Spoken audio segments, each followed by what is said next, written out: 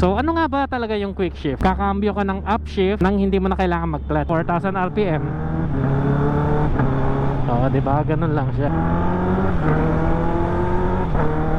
Oo, diba? Ganun lang siya. What is up guys? My name is Patrick aka Trick Moto, and today andito tayo ngayon sa may Fairview. So pumunta tayo sa kay Boss Emil ng Two Wheels PH kasi nag-upgrade tayo ng ilaw. So kung napapansin nyo dyan sa gilid, ayan o, kung nakikita nyo, naka gold runway na tayo, yung CR4.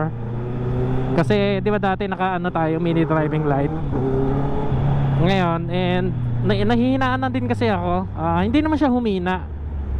I mean, parang gusto ko na mas malakas ng konti. Kasi yung bato ng mini driving light hindi katulad nung bato nitong GR na CR4. So yun, nagpakabit tayo ng CR4, tapos sinabay na rin natin yung quick shift. So ano nga ba talaga yung quick shift? Ang quick shift kasi yun yung kakambyo ka ng upshift nang hindi mo na kailangan mag-clutch. Kasi di ba pag nagkakambyo ka dati, ganyan, clutch sabay cambio pataas, di ba? Ang pinakabit ko, yun nga yung quick shift. Pwede ka nang ano, hindi ka na mag-cambio, parang ganito. No, 4,000 RPM. Oo, di ba? Ganun lang siya. Pero mas maganda siguro kung ang RPM mo para mag quick shift ka is nasa 3,000 above. Yan naman yung sabi naman nila sa akin. So mag-stay tayo dun sa 3,000 and above na RPM pag quick shift ka. Dito kasi sa mga big bike, yung mga bago labas, meron na siyang quick shift. Dito sa CB kasi natin wala pa. So kung gusto mo namang ano, mag clutchless shifting, pwede din naman dito saka yung ibang bike. So ang gagawin mo lang, diba, third gear, ibabalik mo lang sabay pitik pataas, kaya hindi ka na mag-shift. Ganyan, no?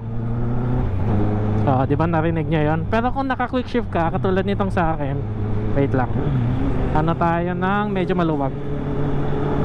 Ayan, o, makita nyo. O, diba? Ganun lang siya. Hindi mo na kailangan mag-clutch.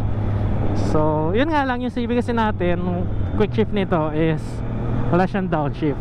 Yun nga lang. Pero at least pag gusto mo ng medyo, alam mo na, rat-rat ng konti, lalo na pag overtake, yung millisecond na yun, panalo yun.